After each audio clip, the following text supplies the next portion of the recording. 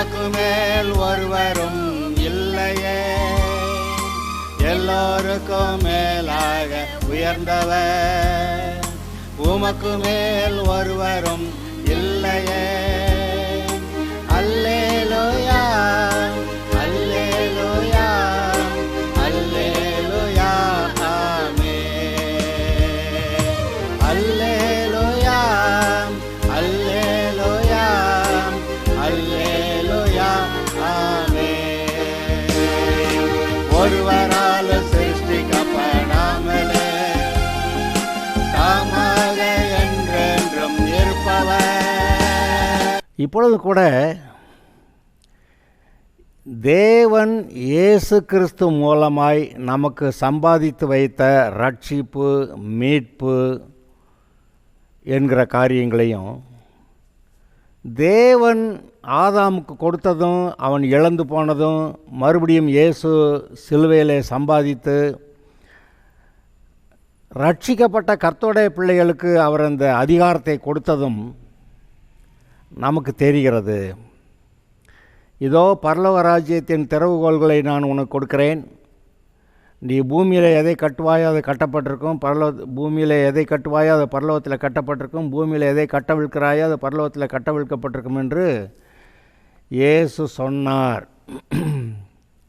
அதாவது நீ என்ன சொல்கிறியோ அதை நான் பரலோகத்தில் ஏற்றுக்கிறேன் அப்படின்னு அவர் சொல்கிறாரு.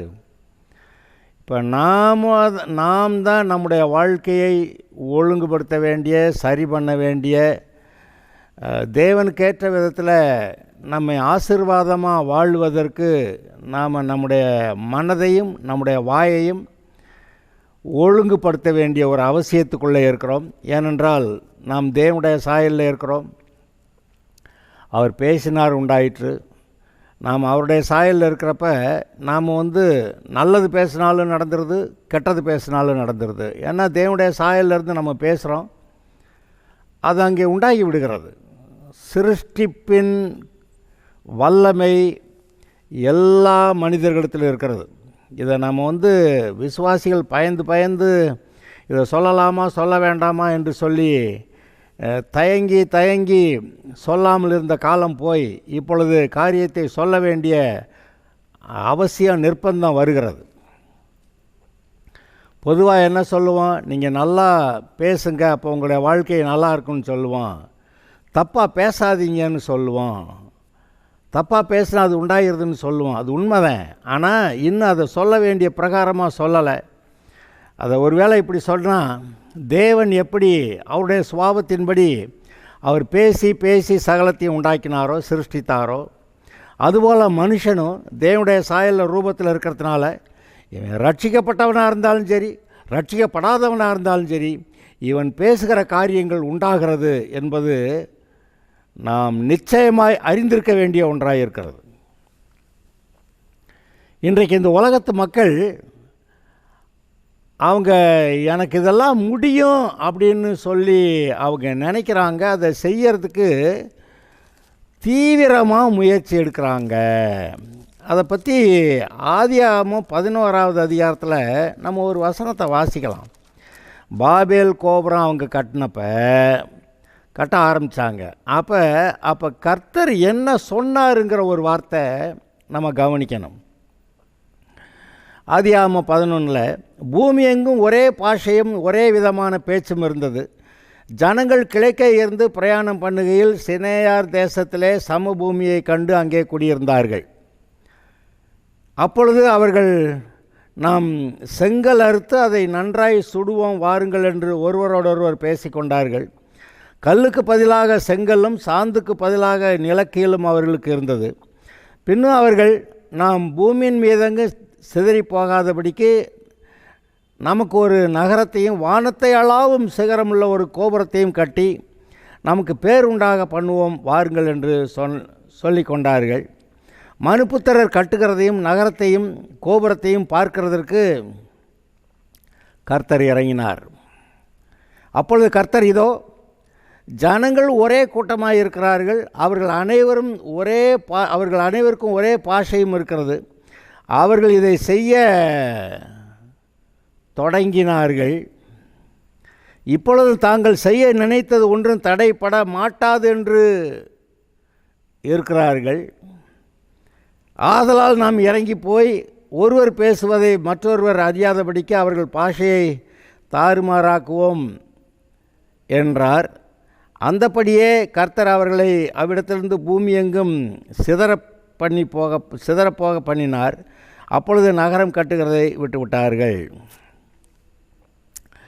இதில் நாம் முக்கியமாக கவனிக்க வேண்டிய ஒரு வார்த்தை இருக்குது. இது யார்? பாபேல் கோபுரம் கட்டினவங்க. நிம்ரோது தேவனுக்கு முன்பாக பலத்த வேட்டைக்காரனாக இருந்தான் என்று சொல்லப்பட்டிருக்கிறதே, அந்த நிம்ரோது தேவனுக்கு விரோதமான ஏதோ ஆடு, சிங்கம், காடு, புலி அது எல்லாத்தையும் அந்த கரடி அதை வேட்டையாடுறவனால மனுஷர்களை வேட்டையாடுகிறவனாக இருந்தான் என்று நாம் அதை புரிந்து கொள்ள வேண்டும். தேவனுடைய சாயலில் ரூபத்தில் இருந்த மனுஷனை வெட்டி கொல்கிற யுத்தங்கள் அங்கே தான் ஆரம்பிச்சிச்சு. அந்த நிம்ரோது தான் பட்டணங்களை கட்டினான்னு போட்டிருக்கு. அதெல்லாம் கட்டுறதுக்கு முன்னாடி யுத்தங்கள் வந்துச்சு. அந்த யுத்தங்களில் அவங்கள எல்லாரையும் கொன்றதெல்லாம் கொண்டுட்டு இவனுக்கான பட்டணத்தை கட்டியிருக்கிறான். அதுதான் வேட்டையாடுகிறவனாய் இருந்தான் என்று, பலத்த வேட்டைக்காரனாய் இருந்தான் என்று இருக்கிறது. அந்த நிம்ரோது அவன் அநேக பட்டணங்களை கட்டினான் அப்படின்னு சொல்லி நாம் வாசிக்கிறோம். ஆதியாகமம் 10வது அதிகாரத்தில் 8வது வசனம் முதல் கூஷ் நிம்ரோதை பெற்றான். இவன் பூமியிலே பராக்கிரமசாலியாயிருந்தான். இவன் கர்த்தருக்கு முன்பாக பலத்த வேட்டைக்காரனாயிருந்தான். ஆகையால் கர்த்தருக்கு முன்பாக பலத்த வேட்டைக்காரனான நிம்ரோதை போல என்ற வழக்கச் சொல் உண்டாயிற்று. சினேயார் தேசத்திலே உள்ள பாபேல், ஏரேக், அக்காத், கல்னே என்னும் இடங்கள் அவன் ஆண்ட ராஜ்யத்திற்கு ஆதி ஸ்தானங்கள். அந்த தேசத்திலிருந்து அசூர் புறப்பட்டு போய் நினிவேயையும் ரெகோபோத் பட்டணத்தையும் காலாகையும் நினிவேய்க்கும் காலாகுக்கும் நடுவாக ரேசேனையும் கட்டினான். இது பெரிய பட்டணம். இந்த பட்டணங்கள் கட்டப்படுகிறது அப்படிங்கிற விஷயத்தில் இந்த நிம்ரோது முக்கியமான வேலையை பார்த்துருக்கான். நிம்ரோது தான் அந்த அசீரிய ராஜ்யம்னு ஒன்று உண்டாகினது இந்த நிம்ரோது காலத்தில் தான். நம்ம இப்போ 2 அசீரிய ராஜ்யத்தை பற்றி பார்க்கணும். முதல்ல நம்ம பைபிளில் எகிப்தை பற்றி படிச்சிருக்கிறோம். அதுக்கப்புறம் அசீரியாவுக்கு இஸ்ரவேலர் சிறைப்பட்டு போனதை பார்த்துருக்குறோம். அதுக்கப்புறம் பாபிலோனுக்கு சிறைப்பட்டு போனது. பாபிலோனுக்கு சிறைப்பட்டு போனதுக்கப்புறம் அவங்க திரும்பி ஆலயத்தை கட்டினாங்க. ஆனாலும் ஆலயத்தை தான் கட்டினாங்களே ஒழிய அந்த பாபிலோனுடைய சிறையிருப்பில் தான் தொடர்ந்து இருந்தாங்க. பிறகு மேதியா, பெர்ஷியா அவங்க கண்ட்ரோலில் இஸ்ரேல் போச்சு. அவங்க கண்ட்ரோலில் இஸ்ரேல் அடிமையாக இருந்தார்கள். அதுக்கு பிறகு கிரேக்க சாம்ராஜ்யம் வந்தது. அதுக்கு பிறகு ரோம சாம்ராஜ்யம் வந்தது. இத்தனையும் நீங்கள் பார்க்கிறீர்கள். ஆனால் இத்தனைக்கு முன்னாடி எகிப்து தேசத்துக்கு முன்னாடி ஒரு பெரிய தேசம், சாம்ராஜ்யம் இருந்திருக்கிறது. அதுதான் அது ஒரு அசீரியா நம்பர் 1, அசீரியா 1 அப்படி கூட வச்சுக்கலாம் நீங்கள். நிம்ரோது கட்டின பட்டணங்கள் அந்த அதாவது சினேயார் தேசத்தில் உள்ள பாபேல், ஏரேக், அக்காத், கல்னே என்னும் இடங்கள் அவன் ஆண்ட ராஜ்யத்திற்கு ஆதி ஸ்தானங்கள். அந்த தேசத்திலிருந்து அசூர் புறப்பட்டு போய் நினிவேயையும் ரெகோபேத் பட்டணத்தையும் காலாகையும் நினிவேய்க்கும் காலாகும் நடுவாக ரேசேனையும் கட்டினான். இது பெரிய பட்டணம். இந்த பட்டணங்கள் பேரில் இன்றைக்கும் பட்டணங்கள் இருக்கின்றன. ஆனால் அது இப்போ நம்ம வாசிக்கிறது நிம்ரோதோடைய ஆளுகையில் இருந்த அந்த பட்டணங்களை பற்றி பேசுகிறோம். நிம்ரோதோடைய காலத்துக்கும் இவங்க இஸ்ரவேலர் எகிப்திலிருந்து விடுதலையாகி வந்த பிறகு அசீரியாவுக்கு சிறைப்பட்டு போன அசீரியாவும் வேறு. அதனால் இந்த அசீரியா 1 அல்லது அசீரியா 2 அப்படி நம்ம வச்சுக்கலாம். நிம்ரோது காலத்தில் இருந்த அந்த அசீரியா, அந்த சாம்ராஜ்யம், அவன் தான் முதல்ல ஒரு சாம்ராஜ்யத்தை உண்டாக்கின ஆள். அதுக்கு முன்னாடி பட்டணங்கள்லாம் இருந்துச்சு, இல்லாமல் இல்லை. ஆனால் ஒரு சாம்ராஜ்யத்தை நோவா காலத்துக்கு பின்னாடி ஒரு பெரிய சாம்ராஜ்யத்தை உண்டாக்கின ஆள் இந்த நிம்ரோது தான். இவன் வந்து தேவனுக்கு முன்பாக பலத்த வேட்டைக்காரனாக இருந்தான்னா ஜனங்களை வேட்டையாடுற ஆள், கொன்னுட்டு தன்னுடைய கண்ட்ரோலில் வைக்கிற ஆள். இன்றைக்கும் பாருங்கள், கெடுபிடியான சட்டங்கள் இருக்க இடங்களில் தான் ஜனங்கள் அடங்கி இருக்கிறாங்க. அந்த சட்டங்கள் வந்து செயல்படலைன்னாக்க ஒருத்தர் இந்த சட்டங்களுக்கு கீழ்ப்படியறதில்ல, எல்லாம் அவனவன் தன் தன் பார்வைக்கு சரிப்பானபடி செய்து வந்தான் அப்படிங்கிற கதைக்கு போயிடுது. ஆனால் இந்த நிம்ரோது ஆரம்ப காலங்களில் பெரிய பட்டணமாக அவன் தான் பாபேல் கோபுரம் கட்டுறான். இந்த பாருங்கள், அவன் கட்டின தேசத்தில் பாபேல், ஏரேக், அக்காத், கல்னே என்னும் இடங்கள் அவன் ஆண்ட ராஜ்யத்திற்கு ஆதி ஸ்தானங்கள். அப்போ பாபேல் தான் முதல்ல அவன் கட்டுறான். பாபேலில் கட்டுறப்ப தான் இங்கே நம்ம இந்த கதை வாசிக்கிறோம். அப்போ அவங்க என்ன சொல்கிறாங்க, நாமெல்லாம் சிதறி போகாதபடிக்கு ஒரு நகரத்தையும் வானத்தை அளாவும் சிகரமுள்ள ஒரு கோபுரத்தையும் கட்டி நமக்கு பேர் உண்டாக பண்ணுவோம். வானத்தை அளாவும் சிகரத்தை உண்டாக்கி, அதாவது இப்படியே கட்டிட்டு போய் பரலோகத்தை பிடிச்சிடலாமான்னு அவங்க நினச்சாங்களோ அப்படிங்கிற ஒரு நினப்பு நமக்கு வருது. அதாவது அவங்க மனதில், அவங்க இருதயத்தில் ஆண்டவரை எட்டி பிடிக்கிற அளவுக்கு அவங்க யோசிக்கிறாங்க. கர்த்தர் வந்து வானலாக கோபுரம் கட்டுறதில் அவருக்கு ஒன்றும் பெரிய வருத்தமே கஷ்டமே கிடையாது, பிரச்சனையே கிடையாது, கட்டுக்கடா அப்படின்றார். ஆனால் என்னன்னா, இவங்க இருதயம் அவரை பிடிக்கிற அளவுக்கு அப்படிங்கிறப்ப தான் பிரச்சனையாகிடுது.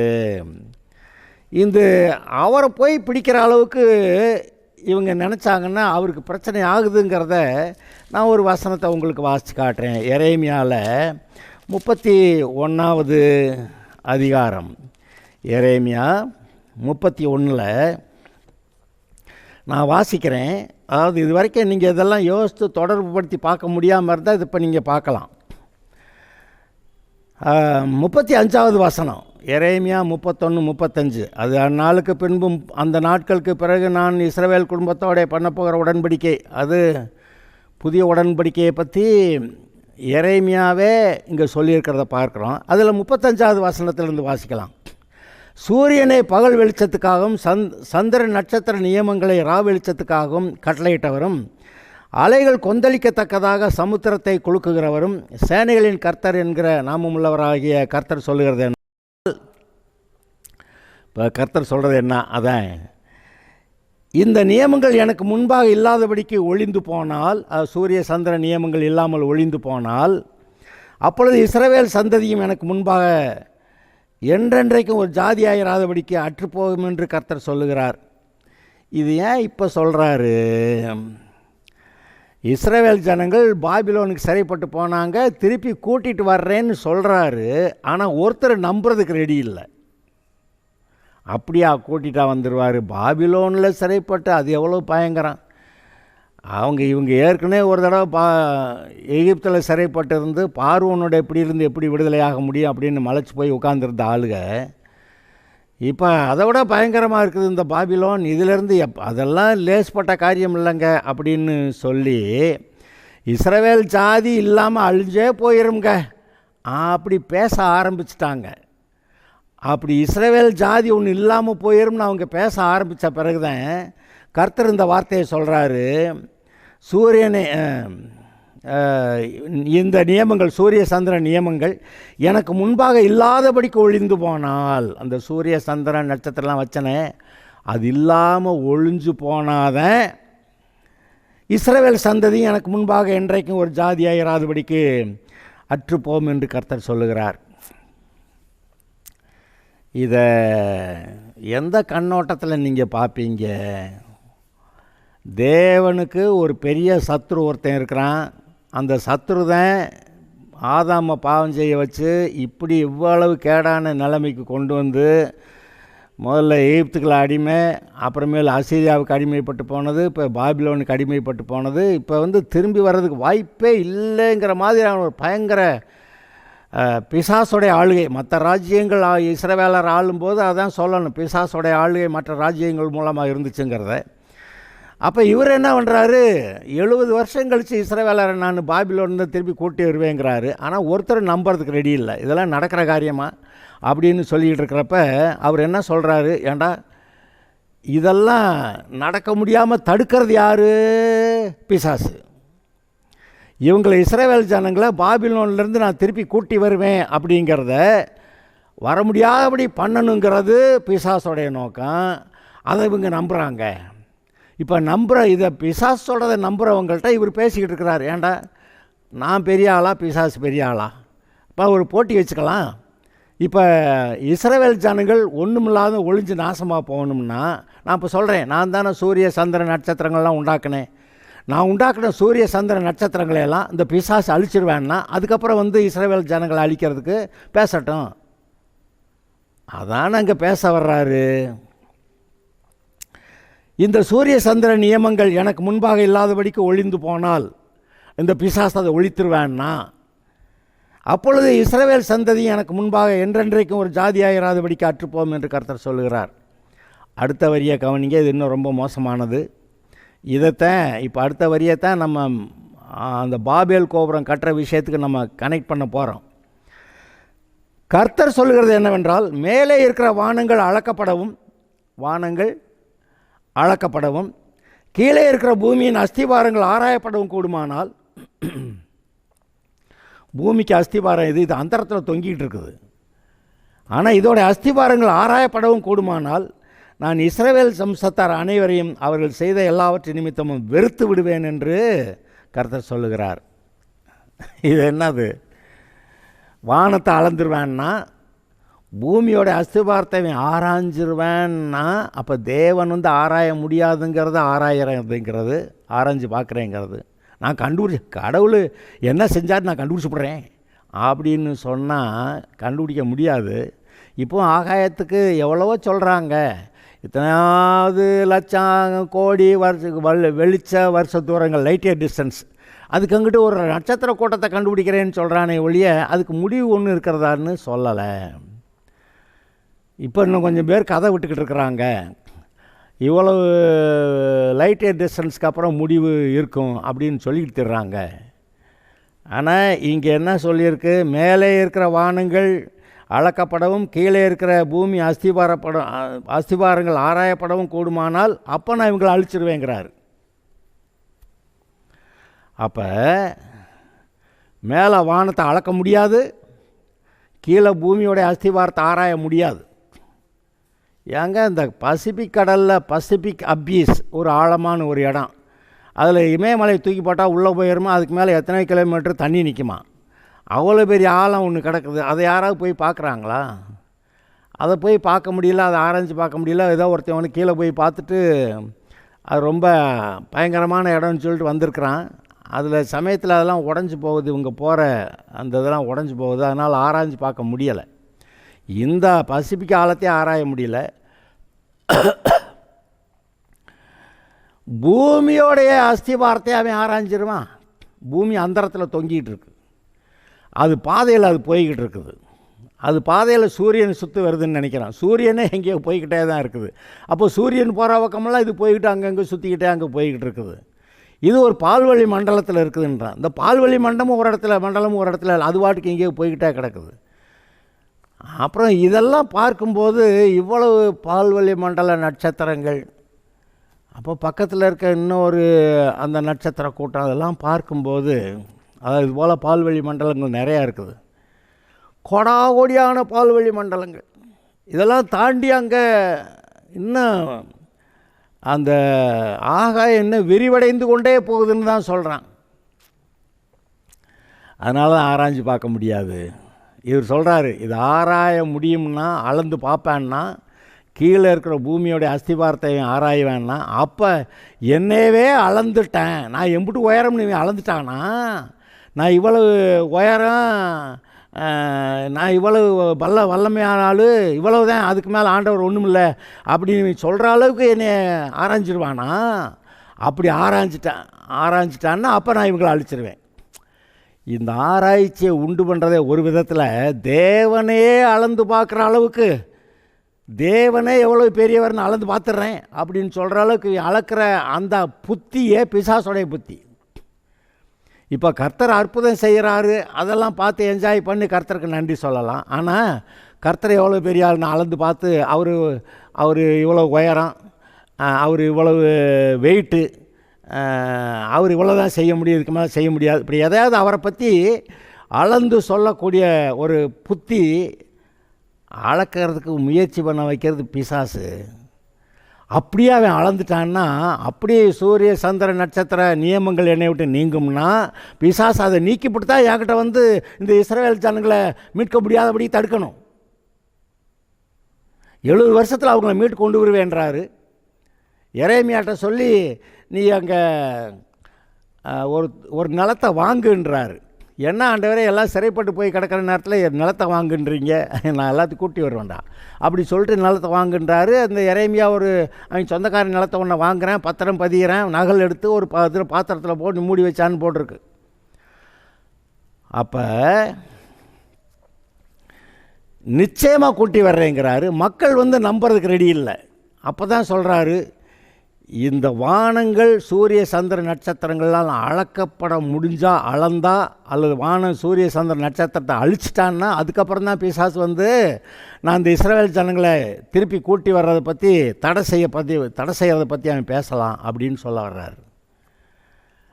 இந்த வசனம் மேலே இருக்கிற வானங்கள் அளக்கப்படவும் கீழே இருக்கிற பூமியின் அஸ்திவாரங்கள் ஆராயப்படவும் கூடுமானால், இந்த வசனத்தை வார்த்தையை ஏன் அவர் சொல்கிறாரு? இந்த புத்தி இவனுக்கு அப்படி இருக்குது.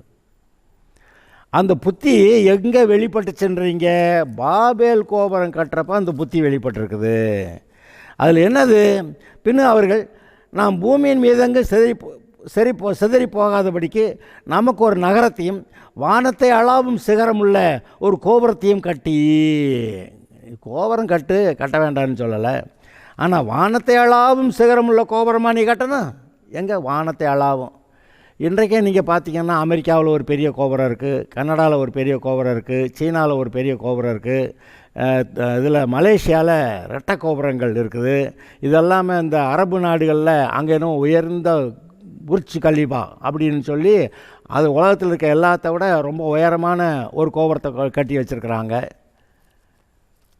என்ன நினைக்கிறீங்க? மனுஷர் எல்லாருக்கும் கோபுரம் கட்டணும், பெரிய கோபுரம் கட்டி பேர் உண்டாக பண்ணணும். இப்போ புர்ஜ் கலீஃபா கட்டினதை விட்டு ஒருத்தன் என்ன அதை விட உயரமாக கட்டுறேன்னு சொல்லிக்கிட்டு இருக்கிறான். அப்போ எதுக்கு நமக்கு பேர் உண்டாக பண்ண? எதுக்கு? வானலாவ அது பரலோகத்தில் எட்டி பிடிக்கிற மாதிரி, கர்த்தரை எட்டி பிடிச்சிடுற மாதிரி இவங்க இருதயம், அதாவது முடியாது, அது வேறு. ஆனால் இவங்க இருதயத்தை பாருங்கள்.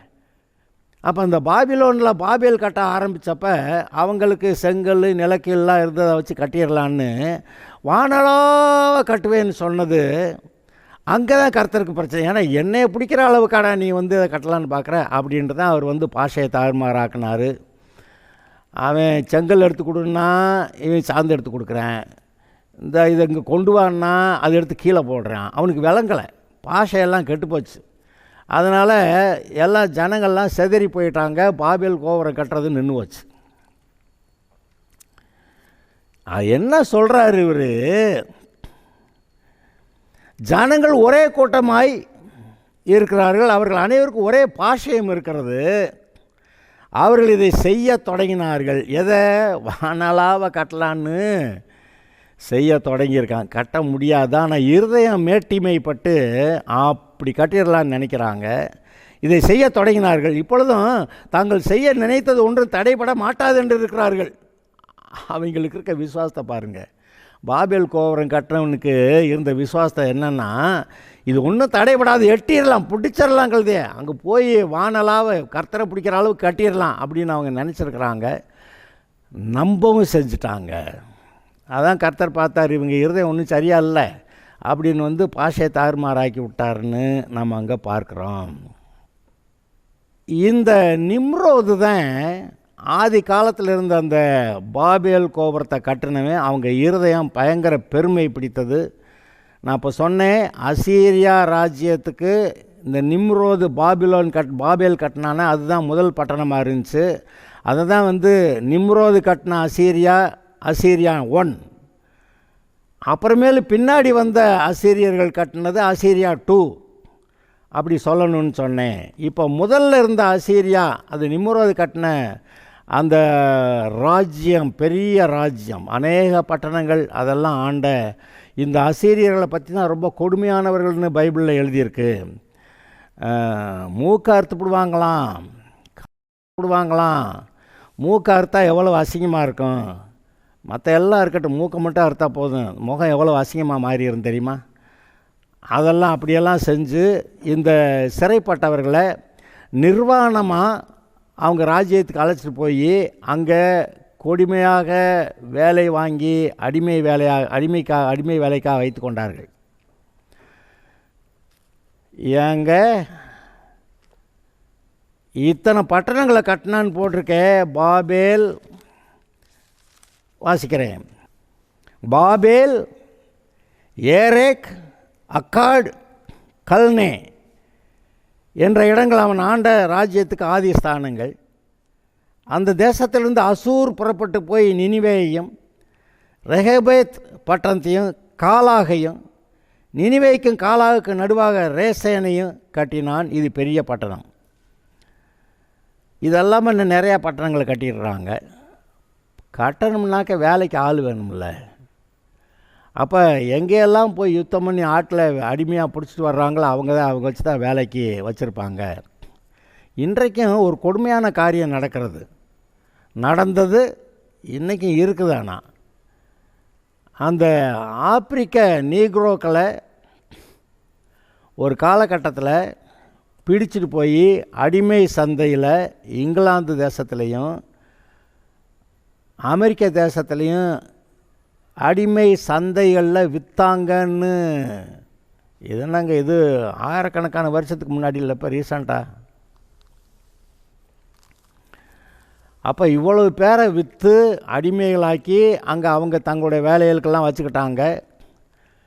ரோமர்கள் இஸ்ரவேலரை அடிமையாக சிறைப்பிடித்து போய் அங்கே பல ஆயிரக்கணக்கான ஜனங்கள் சுற்றி அங்கே பெரிய கட்டடத்தில் அங்கே உட்கார்ந்து மைதானத்தில் நடக்கிற காரியங்களை வேடிக்கை பார்க்கும்படியா அதை கட்டுனாங்க.